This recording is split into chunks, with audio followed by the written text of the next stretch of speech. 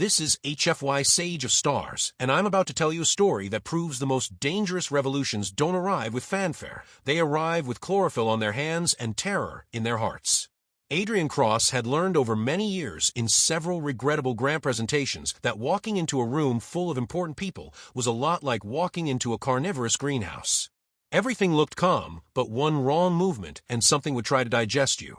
The Royal Court of Lethra was exponentially worse.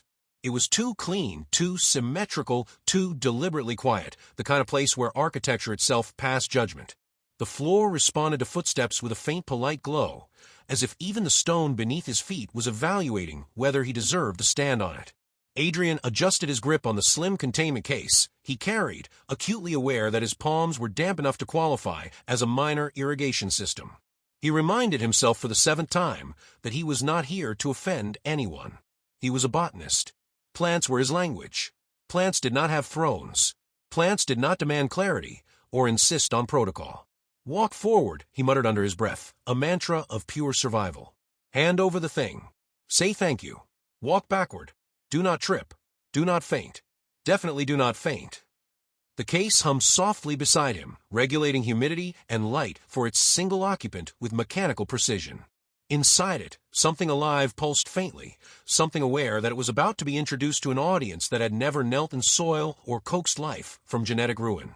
Adrian felt absurdly proud of it, the way one might feel proud of a child on the first day of school if that school happened to be a galactic monarchy ruled by beings who measured their words like economists counted currency. When his name was announced, the sound echoed far longer than it should have.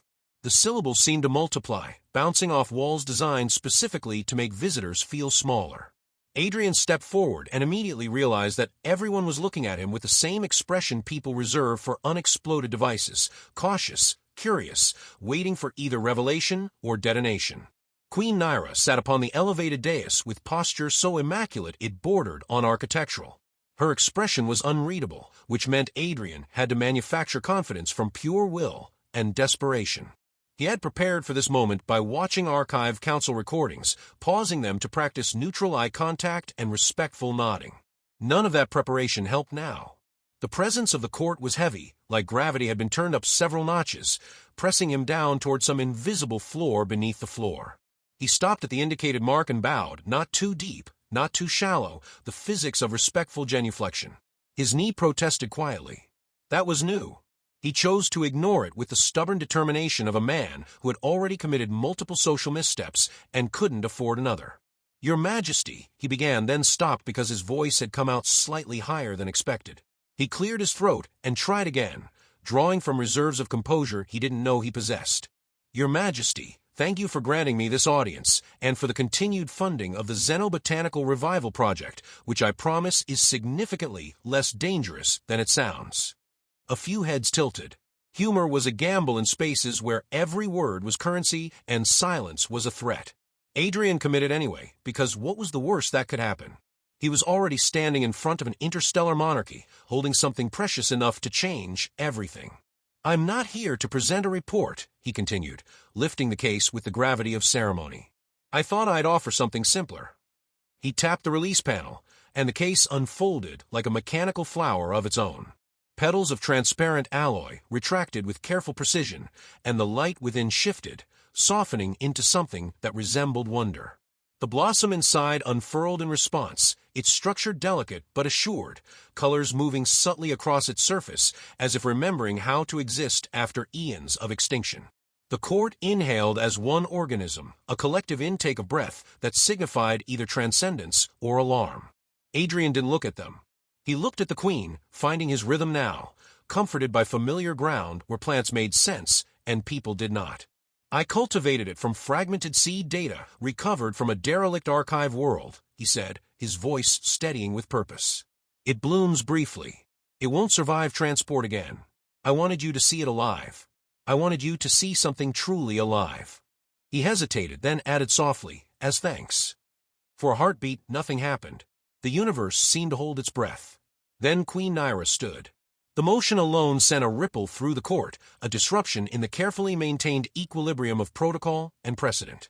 Adrian's brain registered movement, protocol alarms screaming silently in the back of his consciousness, the sudden and terrible awareness that he might have done something catastrophically wrong. He considered apologizing preemptively, formulating words that might salvage this moment, but she was already descending the steps. She stopped in front of him, close enough that he could see her eyes focused not on him, but on the flower, studying it with an intensity that suggested recognition rather than surprise. Something in her expression shifted, subtle but unmistakable, like a key turning in a lock no one else could see. Adrian smiled, relief flooding through him like water, finding its lowest point. "It's non-toxic," he said quickly, panic still flowing beneath his words. "Mostly. I wouldn't recommend eating it. I made that mistake once." That was when she embraced him. It happened fast, arms around his shoulders, firm and warm and undeniably real in a way the palace had never been. Adrian's mind shut down every non-essential process in a cascade of biological surrender. His containment case tilted dangerously. Somewhere behind him, someone gasped, possibly several someones, a chorus of shock that would become historical record. Before he could recalibrate his entire understanding of what was happening, she pulled back just enough to kiss his cheek. The sound of it, soft, unguarded, unprecedented, echoed louder than the chamber ever had. It was a sound that would ripple outward, that would be discussed and analyzed and debated in whispers for weeks. Adrian stood there stunned, thoughts scrambling like panicked insects, processing multiple impossible realities simultaneously. He was aware of several things at once. The faint scent of the blossom, delicate and alive. The warmth lingering where her lips had touched his skin. The absolute weaponized silence of the court, the kind of quiet that preceded either revolution or catastrophe. Sometimes both. He began, then stopped because every possible continuation felt wrong, dangerous, like speaking might shatter whatever was crystallizing in this moment. Queen Naira smiled. It was not a diplomatic smile. It was not a royal one, calculated and measured. It was the kind of smile people wore when they forgot briefly that the universe was watching, when they allowed themselves to exist as something other than their title. "Thank you, Adrian Cross," she said, her voice steady now, though something bright lingered beneath it like a star beneath clouds. "You honor me." Adrian nodded once very carefully, the way one moves when holding something precious and fragile. "You're welcome," he replied, because his brain had decided that basic politeness was the safest available option in the wreckage of whatever protocol had just been violated. Behind him, a counselor dropped something. The sound was loud, inappropriate, perfect, a punctuation mark on history. Adrian wondered distantly whether flowers could still photosynthesize under political pressure, and whether it was too late to pretend he had meant something else entirely. Adrian learned 3 important things in the span of the next 90 seconds. First, silence could be weaponized with the precision of art. Second, being escorted by palace guards did not automatically mean execution, but it did feel uncomfortably similar, a close enough approximation to make his heart convince his body that danger was imminent. Third, no one ever trained scientists for what to do after accidentally triggering a romantic protocol in an alien monarchy, which seemed like a significant oversight in educational preparation. He was guided politely but firmly through a side corridor whose walls adjusted their color in response to emotional intensity. Adrian noticed this only because they were currently cycling through what looked like diplomatic anxiety, a color palette reserved for situations that fell between diplomatic incident and potential scandal. That seemed promising or ominous, possibly both simultaneously. "Am I in trouble?" he asked the nearest guard, who had the expression of someone professionally committed to not answering that particular question. "You are safe," the guard replied with measured precision. "That's not the same as no," Adrian muttered, and the guard's ears, because yes, they had ears, beautiful ones that probably had sophisticated hearing, twitched slightly in what might have been sympathy. They deposited him in a reception chamber furnished with seating that appeared to grow out of the floor when needed, as if the architecture itself was accommodating his presence. A table emerged, offering a steaming cup of something fragrant, something that smelled like amber and electricity combined in ways that suggested advanced chemistry or biological alchemy. Adrian eyed it suspiciously. "Is this tea?" he asked the empty room, speaking to no one and everyone simultaneously.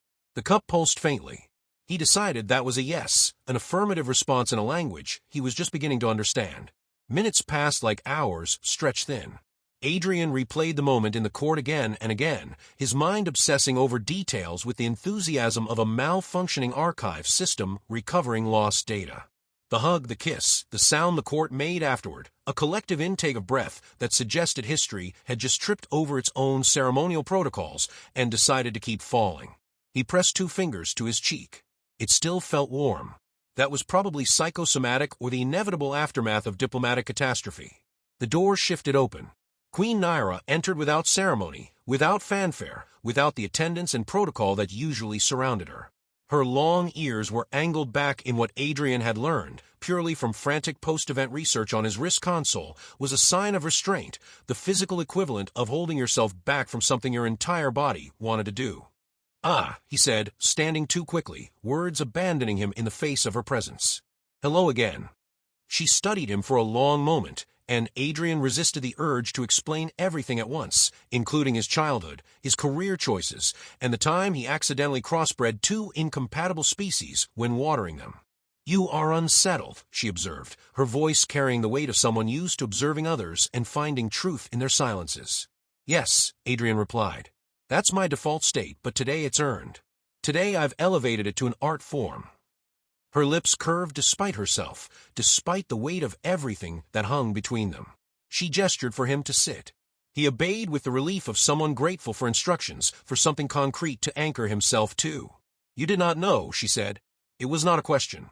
"No," he said immediately, the word arriving with the force of conviction. "I absolutely did not know. If I had known, I would have brought a thank you note, or a fruit basket, or nothing. Probably nothing." She exhaled slowly, a breath that seemed to release tension she had been carrying. "Among my people," she said, her voice careful but honest, "to cultivate a living bloom, by one's own care, and present it directly is an intimate declaration. A statement of intention. A promise of sorts." Adrian winced at the weight of those words, at their implications multiplying like fractals. On my world, it usually means I panicked and needed something to hold. Something living. Something that wouldn't judge me for existing. That earned him a soft, startled sound from her, a laugh quickly restrained, as if she was unused to such unguarded responses.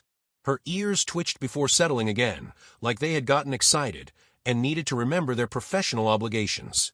"The court will interpret my response as acknowledgement," she said, her voice dropping into something more intimate, more honest. "Of romance," Adrian said faintly, the word arriving like a question he hadn't meant to ask. "Of intent," she corrected gently. He stared into his tea, watching the steam rise in patterns that might have been meaningful if he was capable of meaning anything at all.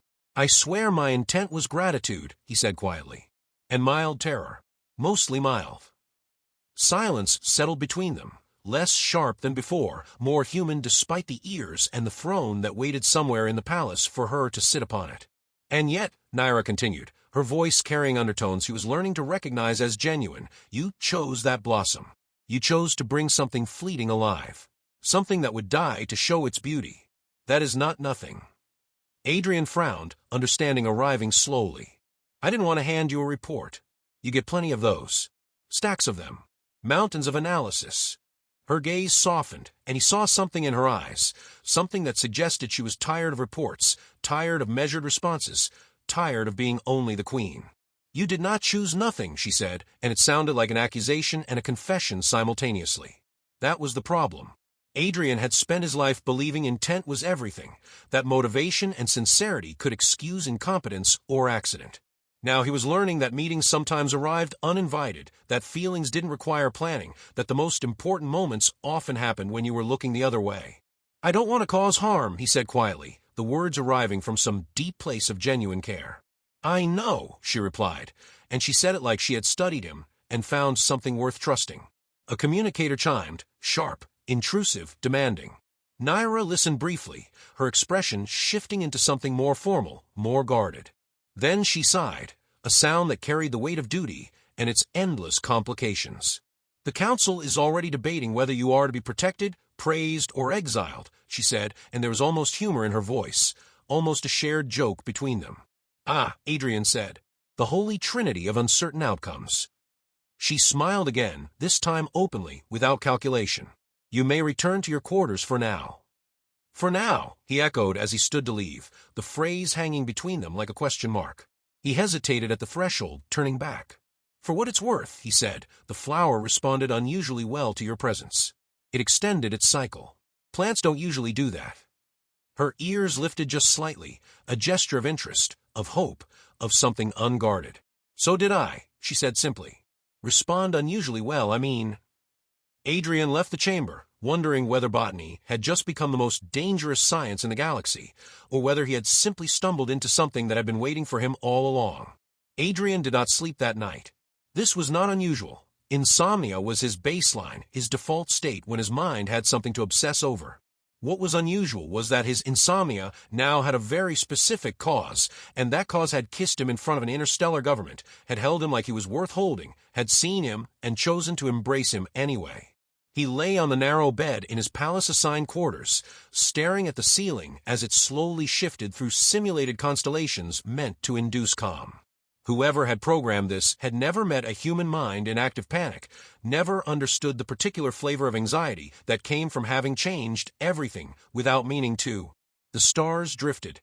Adrian counted them like sheep, like prayers. Then he started naming them after plants, botanical classifications, extinct species, the ones that would have been beautiful if history had treated them more kindly. That helped for exactly 12 seconds.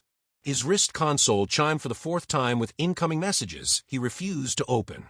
It was from the Institute, then another from a colleague who clearly thought this was hilarious, then a third from someone asking whether flowers now counted as diplomatic weapons. Adrian rolled onto his side and pressed his face into the pillow, muffling a sound that was part laugh and part despair. "I just wanted to say thank you," he muttered into the fabric. "That's it. That was the plan." The door chimed. He froze, every muscle locking in place.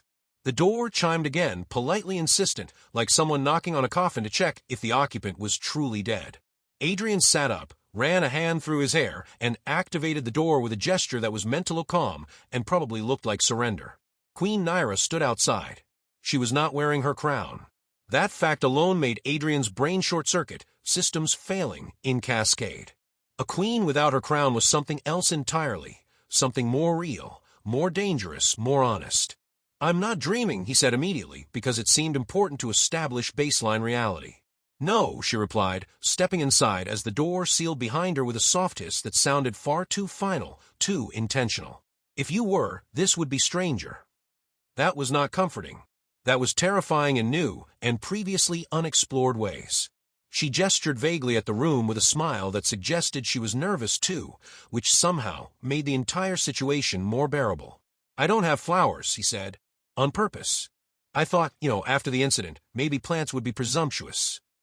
"I noticed," she said, her ears angled forward in a gesture of curiosity rather than tension. "May I sit?" "Please," he said, then corrected himself immediately. "I mean, yes, obviously. Sit anywhere. The furniture listens." I'm not sure if that's reassuring or horrifying.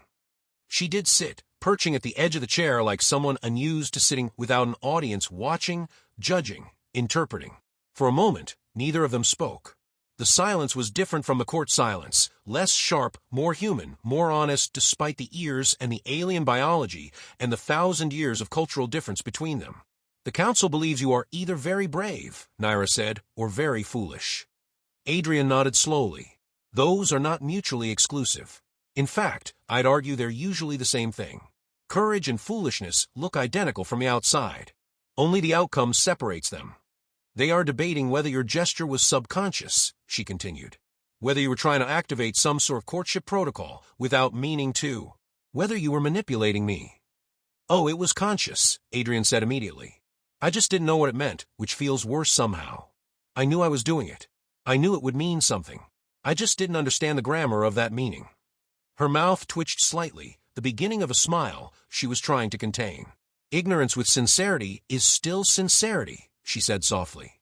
He sighed, the weight of this settling into his bones.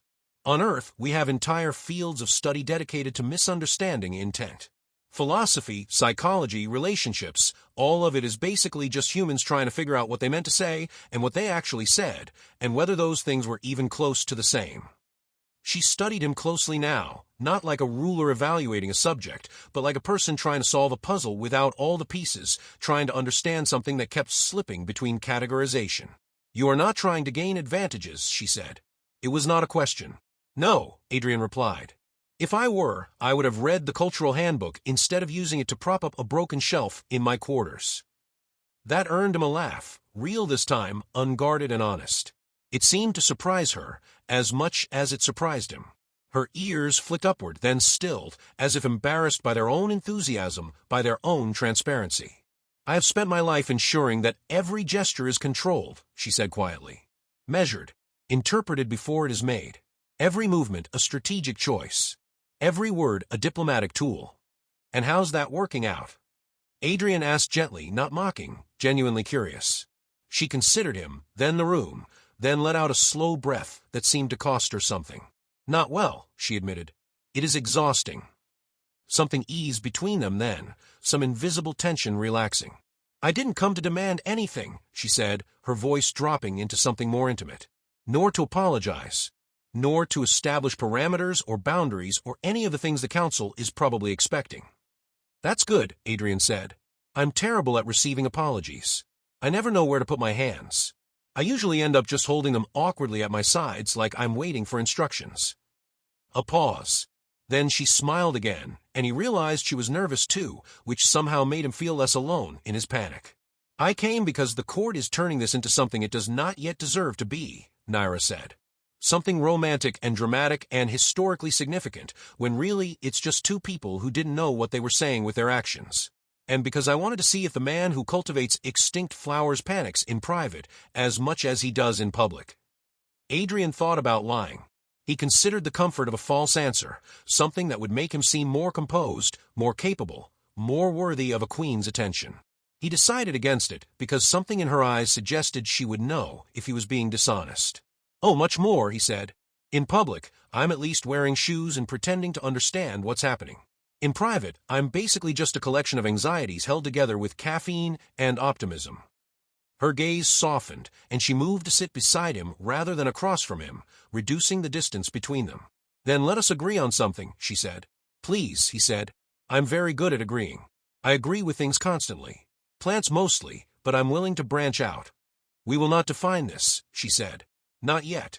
Not until we understand what this even is.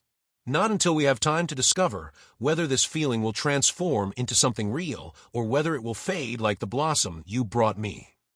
Adrian nodded slowly, understanding arriving like the answer to a question he'd been asking without words. "Undefined is manageable," he said. "I work with unknown variables all the time. Mystery is sort of my professional specialty." She stood, and he thought she was leaving, that this moment was ending. But she paused at the door, her hand resting on the frame. "For what it is worth," she said without turning, "the blossom has not closed. Its cycle has extended far beyond what should be biologically possible. It responds to your presence, or perhaps to the presence of someone who made a choice, however accidental, to give it life." The door opened, and "Adrian," she added, turning back to face him one final time, "yes, next time you wish to thank me, use words. Please, use your voice. Let me hear what you're actually thinking instead of trying to read meaning into flowers and blessings and the thousand ways humans try to communicate what they cannot quite say directly." She left him alone with a ceiling full of stars and the uncomfortable, wonderful realization that some things, once grown, refused to return to seed. By the following morning, the palace had developed opinions about him, about her, about what this meant and what it threatened. Adrian knew this because his wrist console refused to stop vibrating with messages that began with polite formalities and ended with thinly veiled panic, with accusations, with wild speculation about what had transpired in that moment when a queen stepped down from her throne. Scientists from the institute wanted clarification. Administrators wanted statements. One intern asked whether flowers could be classified as controlled substances now, which seemed both absurd and surprisingly practical given the current situation. Adrian ignored all of it and focused on the more immediate crisis, breakfast. The food synthesizer in his quarters had learned his preferences overnight and was now aggressively offering nutrient-balanced options that tasted like regret and good intentions. He selected something labeled grain-adjacent and sat down only to discover that the table service was displaying a live council session in real time, as if the palace walls themselves had decided he needed to witness his own historical significance. "Oh no," he whispered. "I didn't consent to this." The Queen's advisors were arguing in perfect measured tones, which somehow made it worse. Words like precedent, symbolic escalation, and interspecies perception drift floated across the table like ghosts of potential disasters. Adrian chewed mechanically and wondered if anyone would notice if he relocated to an uncharted moon, somewhere far enough away that his decisions could stop echoing through the halls of power. A chime interrupted the debate. A message flashed across his console. Summons, Greenhouse Sector 9. Non-negotiable. Adrian stared at it. That's new, he said to the empty room. Usually they negotiate first. Usually there's warning and protocol and at least one meeting about what the meeting will be about. Sector 9 was his domain, at least temporarily. The palace had allocated it to house his specimens, a sprawling biodome with adaptive climate fields and soil imported from 3 worlds that had never agreed on anything except the universal truth that life required dirt, water, and light. Adrian felt calmer the moment he stepped inside. The air smelled alive. The plants didn't care about court politics or historical significance or the complicated feelings blooming between a human scientist and an alien queen. They responded to light, water, and attention. Reasonable expectations. Simple mathematics. Queen Naira was already there. She stood among the growth fields without attendants, without guards or ceremony. Her sleeves were rolled slightly, her long ears angled in alert curiosity as she examined a vine that tried very hard to climb her arm with what appeared to be genuine affection. It's friendly, Adrian said automatically, though the words seemed insufficient to capture the complexity of what the plant was doing. Mostly, she glanced at him, her eyes carrying that same curiosity she'd turned on the vine. Mostly is not reassuring. It only constricts if it thinks you're a threat, he said. Or delicious. Or possibly if you look like you might enjoy being held. It's not very discerning about intentions. And how does it decide that? Her brow lifted. Chemistry, instinct, poor judgment, he said. Honestly, I've spent years studying plants, and I still don't completely understand their decision-making process. Which is humbling and kind of beautiful. She smiled faintly and gently redirected the vine back to its support frame with the careful precision of someone used to managing living things. You summoned me here, she said. I was summoned, Adrian corrected carefully, which is different and significantly more stressful. I'm being called, not invited. There's a subtle distinction that changes everything. Ah, she said, and there was almost humor in her voice, almost a shared understanding blooming between them, like one of his flowers. Then we are both here against our will. That's actually the foundation of most successful collaboration, he said. You take 2 things that would never naturally exist together, force them into proximity, and see if something unexpected grows. They walked between rows of growth chambers, silence settling comfortably this time, anticipatory rather than awkward. Adrian adjusted light levels as they passed, more out of habit than necessity. The plants responded to his presence, adjusting, thriving, existing more fully because he was paying attention to them. The council believes this space is neutral ground, Naira said quietly. They argue less among chlorophyll. Plants are very persuasive, Adrian said. They've convinced entire civilizations to stop and stare, to build gardens and preserves and entire religions around their existence. There's something about living growth that makes people quieter, more honest. She stopped near the blossom, the one he had given her. It was still open, petals luminous and impossible, refusing the closure its biology demanded. A flower that should have closed days ago, defying its own programming, extending itself into impossible time frames. They want to know what you intend, Naira said quietly, her voice carrying the weight of bureaucracy and tradition, and 1,000 years of queens managing their own hearts beneath official protocol. Adrian laughed once, short and incredulous, the sound echoing off the dome's curved walls. Intend again. I barely know what I'm having for lunch, much less what I intend for the future of interstellar diplomacy. Her ears shifted back slightly. This is not humorous to them. I know, he said. That's why I'm joking. Humor is all I have left. My competence has clearly abandoned me. She turned to face him directly, her full attention landing on him like weight. Do you regret the gesture? She asked. Because if you do, I need to know now, before this becomes more real than it already is. He thought about it carefully, about the warmth of her embrace, about the way the court had frozen in collective shock, about the way something inside him had settled unexpectedly when she laughed in his quarters, when she'd sat beside him without formality, when she'd shown him that she was as confused and frightened and honest as he was. No, he said, I regret being uninformed about the cultural implications. I regret not understanding the language I was speaking. But I don't regret the act itself. I don't regret being honest. Naira nodded slowly, and he saw something shift in her expression, a decision being made, a line being crossed. That answer will complicate matters considerably. I seem to be very good at that, Adrian said. Complicating things. Destabilizing systems. Introducing variables that refuse to resolve neatly.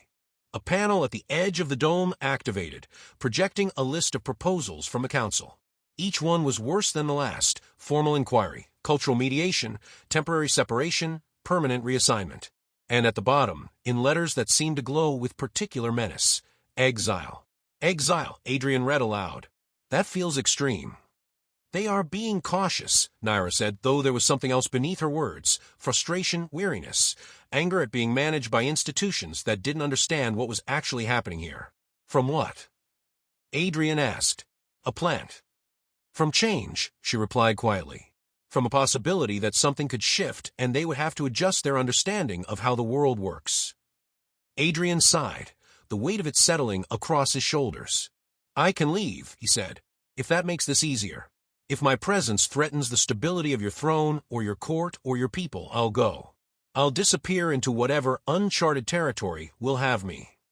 Her ears flicked sharply backward, a gesture of alarm, of refusal. Do not offer sacrifices you do not wish to make, she said, her voice carrying an intensity he hadn't heard from her before. That is not honesty. That is just another form of manipulation. I wish to make very few sacrifices, he admitted. Mostly I wish to grow things and not destabilize governments. Those are my core competencies. Naira studied him for a long moment, then dismissed the projection with a gesture that seemed to carry the weight of refusal itself. I will address the council, she said, her voice steady and certain. But I will not erase what happened. I will not pretend that this moment did not matter. That's bold, Adrian said, understanding the implications of what she was offering. I am tired of restraint, she replied, and he heard centuries of queens before her in those words, all of them choosing safety over truth. And you, Adrian Cross, have disrupted my equilibrium with soil and patience and the simple act of offering something beautiful. Those are my core competencies, understanding what people are trying to say, without them ever speaking it aloud. And what you're saying, whether you meant to or not, is that you see me. Not the queen, not the title, me. She stepped closer to the blossom, extending a finger toward it without touching, respecting the boundary between herself and the living thing. It responds to you, she said, and there was something deeper in those words, something about what grows when two things choose each other. It responds to attention, Adrian replied. Same as most living things. Care for something, and it'll care back. It's not complicated. She looked at him, then really looked at him, and something unspoken passed between them, an understanding neither had intended to cultivate, a recognition that neither could deny. The kind of moment that arrives only once, that cannot be recreated or forced or planned. The kind of moment that changes everything, and pretends it doesn't. Stay, she said simply. One word. An entire lifetime contained in a single syllable. Adrian swallowed. His throat felt dry. I don't know what staying means, he said honestly. I don't know what this becomes or where it goes, or what happens when reality catches up with the feeling. Neither do I, Naira said, and she said it like a gift, like she was offering him the only honest thing she had. That makes it honest.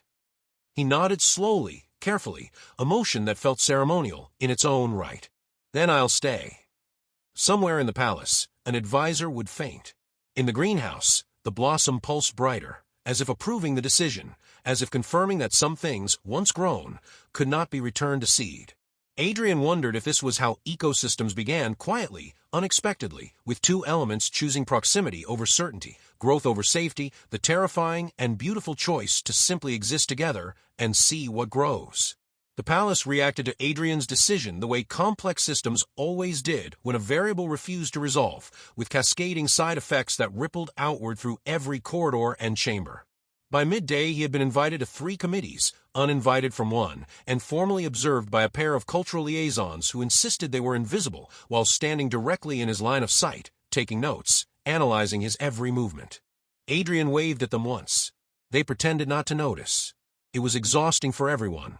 He retreated to the greenhouse under the pretense of recalibrating growth cycles, which was not entirely untrue.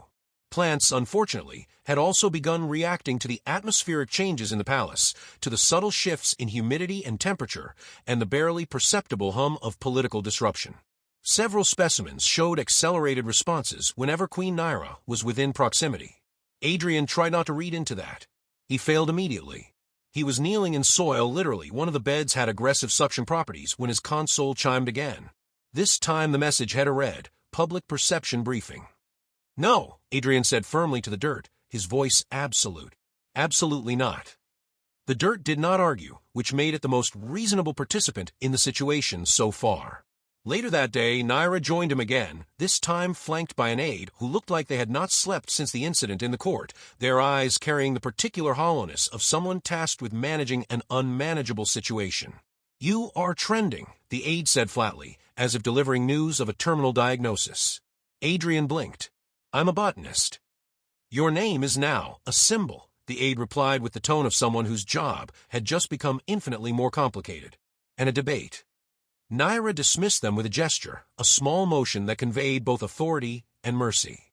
The aide left clearly torn between relief and terror, grateful to escape, but knowing they would have to return to face this eventually. I apologize, Naira said quietly. My people are expressive. I once watched a university collapse entirely over a disputed fungus. Adrian said, I understand. They have standards. They walked together through the greenhouse, careful not to touch.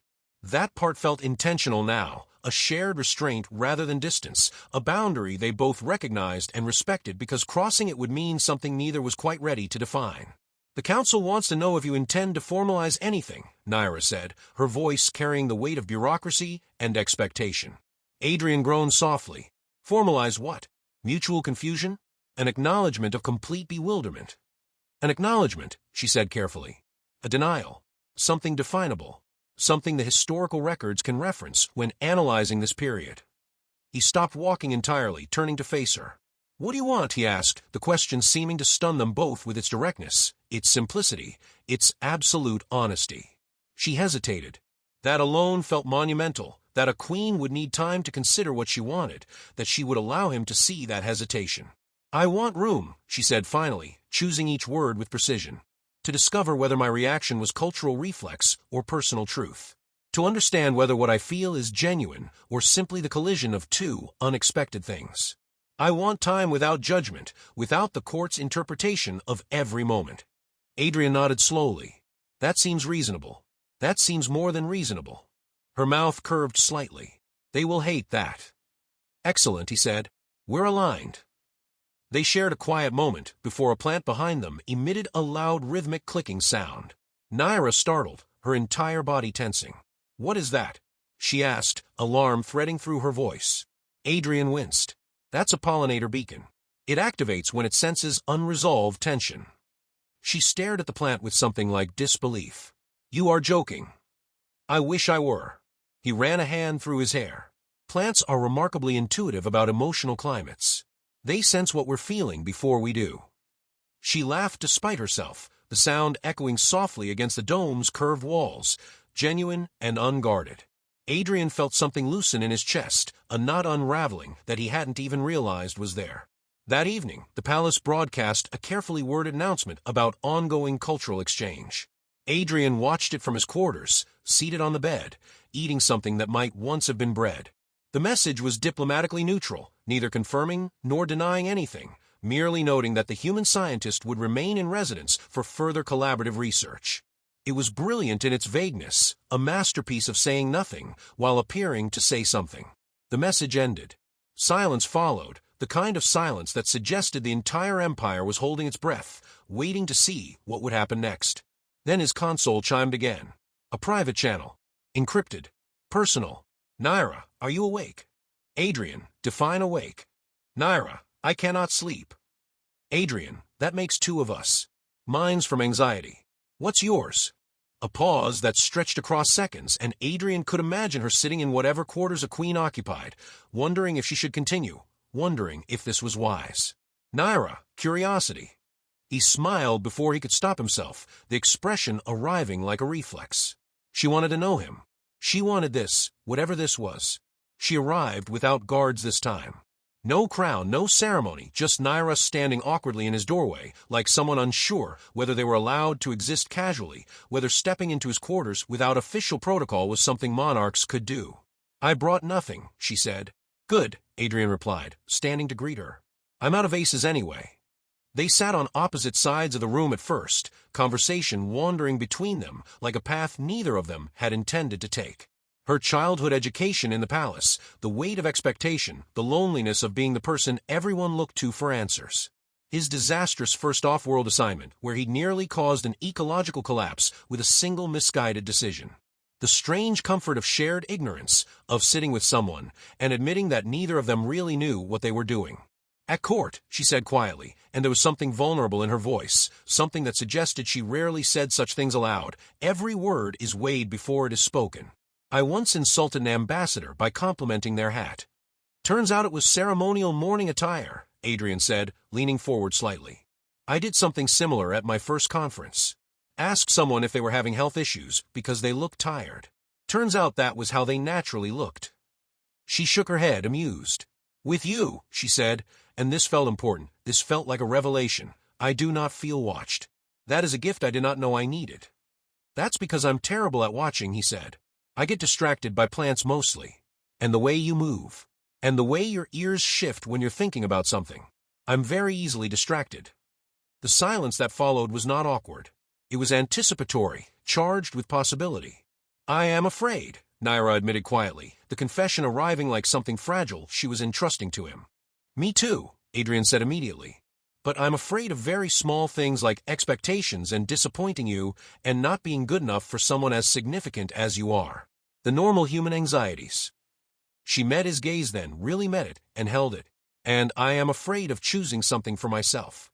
Of what it means to want something that isn't duty or responsibility. To want simply because I want, without justification."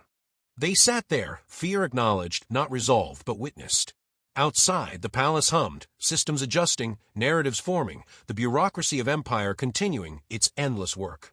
Inside, two people remained undefined, and for the first time, neither felt compelled to fix that. Neither felt the desperate need to categorize or label or explain what was happening between them. Adrian thought distantly that if this was how new species of relationships evolved, slowly, awkwardly, with humor and hesitation, two beings from different worlds learning to communicate in a language neither had studied, then perhaps the galaxy had been doing relationships wrong all along. By the 6th day after the flower, the palace had stopped pretending this was temporary. Adrian noticed because the guards no longer pretended not to know his name. One of them even asked whether the vine in Sector 9 could be trained to climb walls without consuming them. Adrian said yes, but only if it liked the wall. The guard nodded solemnly, as if that answered everything about biology and preference and the nature of growth. Naira began appearing in places she was never meant to be. Not officially, not announced. She showed up in maintenance corridors, observation decks, once even in a service lift that stalled halfway between levels and forced them into 10 minutes of shared silence and one extremely philosophical conversation about buttons and choice and the way small decisions cascade into consequences you never anticipated. "I pressed the wrong one," Adrian said, jabbing at the controls. "There are no wrong ones," Naira replied thoughtfully. "Only different ones." "That sounded wiser in my head," he admitted. The council predictably escalated. A formal inquiry was scheduled, not a trial. Everyone was careful to say that, but something adjacent enough to make Adrian's stomach perform complicated maneuvers, to make him feel the weight of official scrutiny turning its gaze upon him. He sat across from Naira in a quiet chamber, while aides argued about seating distance and eye contact angles, as if these things could be measured and optimized. Apparently, Adrian whispered, "There's a recommended number of centimeters for neutrality. We're supposed to be culturally appropriate as specific distance." Naira leaned slightly closer, deliberately reducing that distance. "We are exceeding it recklessly," he agreed, a smile playing at the corner of his mouth. When the inquiry began, it was less hostile than expected and more absurd. Cultural analysts projected diagrams showing emotional trajectories. Emotional statisticians argued over ear angles and what they supposedly indicated about Naira's true feelings. Someone presented a graph showing the correlation between Adrian's proximity and increased bloom longevity in the plant she had been given. "That one's circumstantial," Adrian muttered. "It is not." Naira's ear twitched in what might have been amusement or might have been a sign of something deeper. The questions came anyway, relentless and circular. Intent, meaning, consequence. Adrian answered honestly, which confused them the most. He provided no defensiveness, no excuses, no narrative that made him seem either more innocent or more strategic. "I didn't plan this," he said simply. "But I'm not pretending it didn't matter either. The moment it happened, I felt it. I knew something had shifted. I just didn't have the vocabulary to understand it." Naira spoke after him. Her voice was steady, but there was something new beneath it, a firmness that did not ask permission, a confidence that suggested she had made a choice and would not be moved from it. "I will not punish curiosity," she said, and the council stilled to listen. "Nor will I reduce a living interaction to a violation of protocol. Nor will I pretend that human traditions are less valid than ours simply because they are unfamiliar. What happened was real. It mattered, and I choose to let it continue mattering." Silence followed. Not the weaponized kind, the thoughtful kind. The kind that suggested the council was recalibrating their understanding of what was possible, what was acceptable, what a queen could do when she decided to stop being only a queen.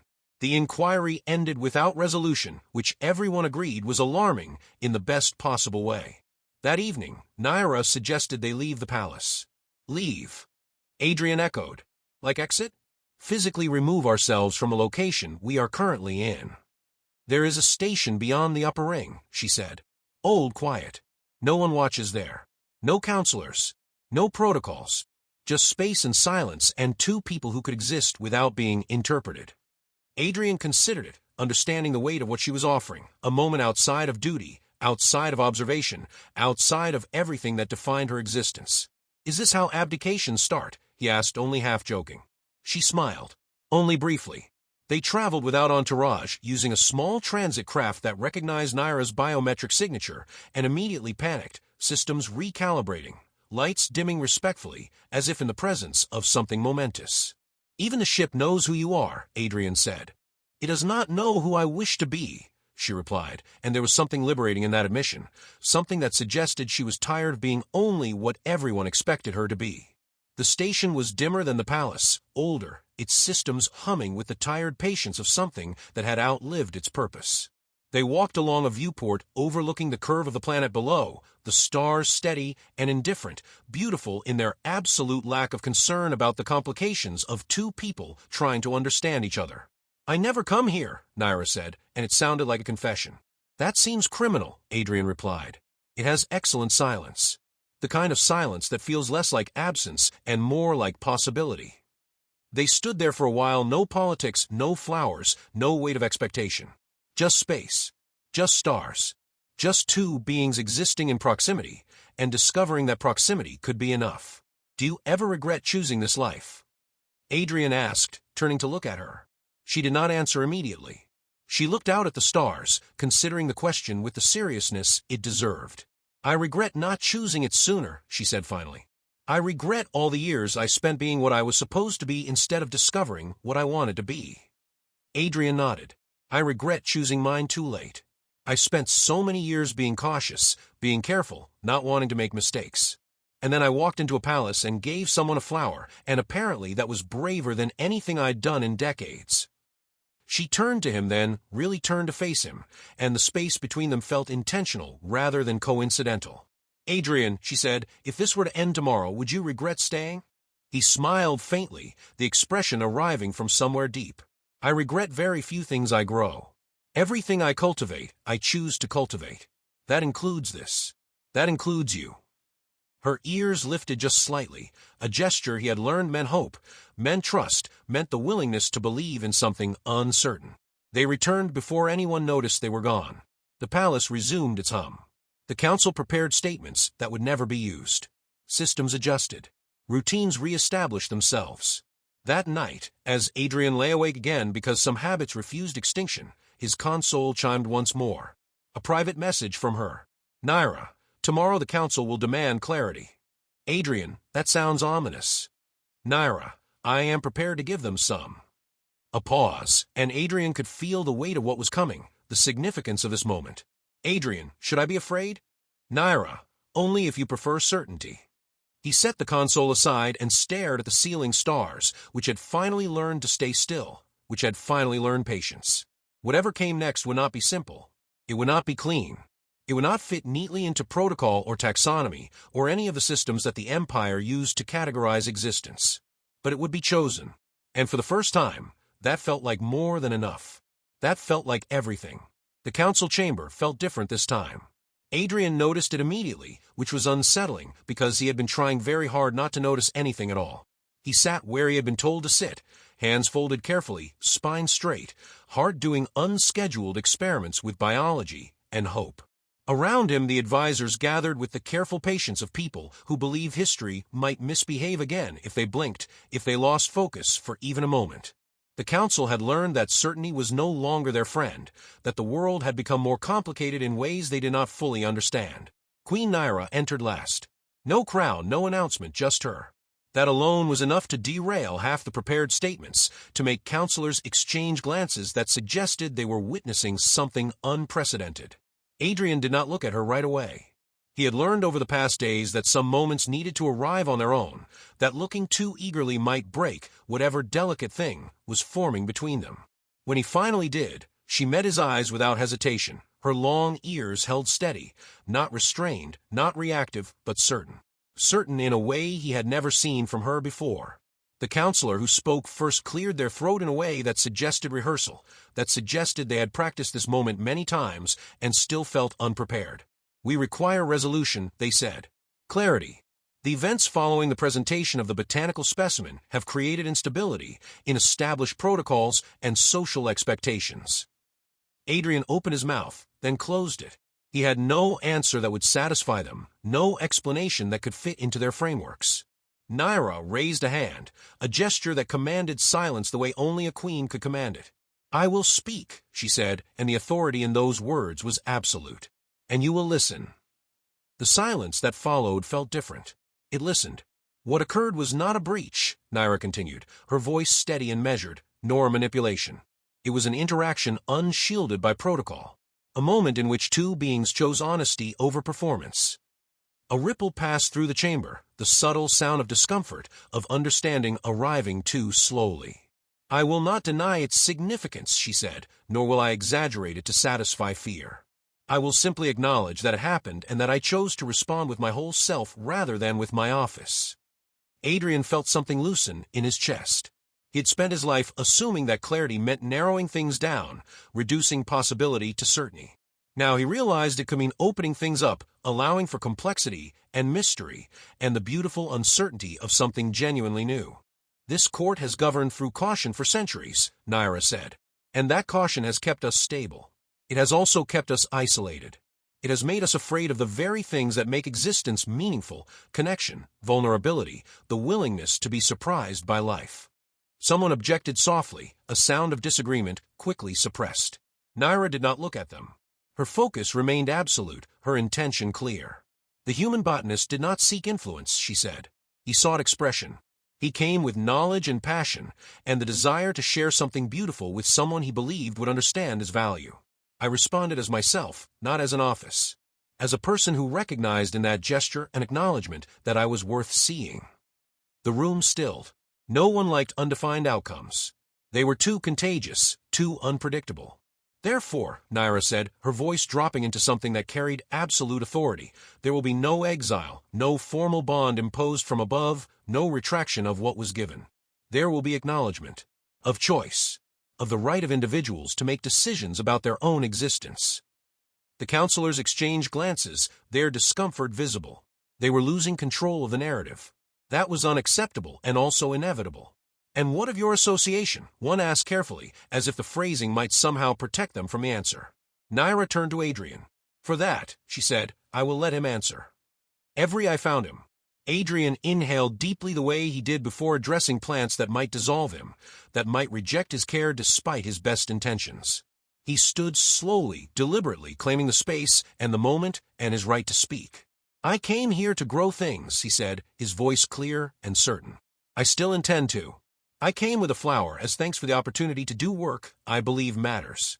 I did not come with an agenda or a plan or any intention of destabilizing your government." A few counselors blinked. They had been expecting something more complicated, more strategic. "I don't know what this is supposed to become," he continued, looking at Naira as he spoke. I don't have a timeline or a goal or any idea how human-Letherian relationships fit into your protocols. But I know what it isn't. It isn't a mistake. It isn't a threat. It's two people from different worlds choosing to exist in proximity and discovering that proximity means something. A pause.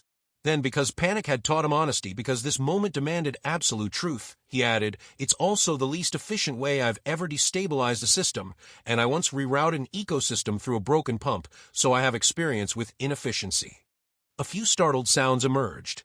One might have been a laugh. One definitely was from a youngest counselor, someone who understood that sometimes the only appropriate response to the unexpected was humor. I'm staying, Adrian said. As a botanist, as a person, not as a symbol. Because the work matters. Because the palace has taught me something about growth and resilience and the value of persistence. And because Naira matters. She matters to me. The council deliberated quietly, rapidly, their conversations a blur of whispered words and gestures. When they spoke again, it was with reluctant acceptance, with the tone of people who understood they were being forced to acknowledge a new reality, whether they wanted to or not. The court recognizes the Queen's authority, they said, and the uniqueness of this situation. Precedent has been established. Future interactions of this nature will require specific protocols to be developed. Adrian resisted the urge to laugh. Of course they needed protocols. The palace would need systems and categories and rules for this, even as those rules would inevitably be broken by the simple fact of two beings choosing each other. Afterward, the palace did not collapse. No wars were declared. No traditions spontaneously combusted. What did happen was subtler and somehow more disruptive. People relaxed. Not all at once, but enough. The tension that had been building began to dissipate, replaced by something almost like acceptance, almost like understanding that change could happen, and the world would still turn. Adrian returned to the greenhouse full-time, officially expanded into a joint research initiative. The palace invested in better equipment, in expanded facilities, in the kind of resources that suggested they were taking this seriously, that they had decided this was not a temporary curiosity, but something real. Students arrived, scholars followed. Someone asked him to give a lecture titled Emotional Resonance in Non-Sentient Flora, which he immediately renamed, Why This Plant Likes You, because context mattered, and making people understand that they were connected to living things mattered even more. Naira visited often, sometimes formally, sometimes not. Sometimes they talked about governance and culture, and the complicated mathematics of running an empire. Sometimes they argued about soil composition and nutrient distribution. Once they spent an hour watching a seed pod open and close in response to sound, as if the plant was learning to communicate, learning to exist in relationship with the world around it. Does it always do that? Naira asked. No, Adrian said. Only when it feels listened to. She smiled, and it was the smile of someone discovering that the world was gentler than she had believed. They did not rush. The court waited for escalation that never came. No declarations, no scandalous repeat performances in front of the council, no dramatic gestures meant to prove something. What grew instead was quieter, a shared rhythm, a trust cultivated without witnesses, a relationship that became deeper precisely because it was not performed for anyone else. Adrian noticed the change in himself gradually, the way growth always happens, imperceptibly at first, then suddenly undeniable. He stopped apologizing before speaking. He stopped assuming his presence was accidental. He learned that offering something meaningful did not require certainty, only care. Only the willingness to show up and tend something and believe that attention was enough. One evening, long after the excitement had cooled into memory, they stood together in the greenhouse as the original blossom finally closed. It had lasted far longer than botanically possible, extended beyond its cycle by some mechanism Adrian still didn't fully understand. But everything had to end eventually. Even impossible flowers had to return to rest. Naira touched the containment field gently, with reverence. It lasted longer than expected, she said quietly. So did I, Adrian said. He meant his stay. He meant his willingness to remain. He meant his choice to keep growing, keep trying, keep learning how to exist in a world that was larger and stranger and more beautiful than he had ever imagined. She turned to him. You no longer seem afraid. I am, he admitted, because honesty had become their foundation, their language. But not of this. Not of you. Not of what we're becoming. I'm afraid of very small things now. Things that matter less. She leaned in close enough that the space between them felt intentional rather than charged with uncertainty. Then Naira said softly, Thank you for the flowers. Adrian smiled. "Next time," he said, "I'll explain first." She laughed, and the sound carried through the greenhouse, setting half the plants humming in quiet response, as if they approved, as if they recognized this as the sound of growth, of connection, of two beings choosing each other. Somewhere in the palace, systems adjusted. Cultures shifted. Protocols were rewritten. Nothing broke. And in a palace once ruled entirely by restraint, something new had taken root. Not loud, not dramatic, not revolutionary in the way revolutions were usually understood, but alive and growing exactly where it had chosen to, fed by attention and care, and the simple human act of showing up for something beautiful and being willing to tend it. The end, or perhaps more accurately, the beginning. This is HFY Sage of Stars, reminding you that sometimes the most powerful changes come not from resistance or conflict, but from the quiet, persistent choice to let something grow. That's all for today, and I'll see you in the next story.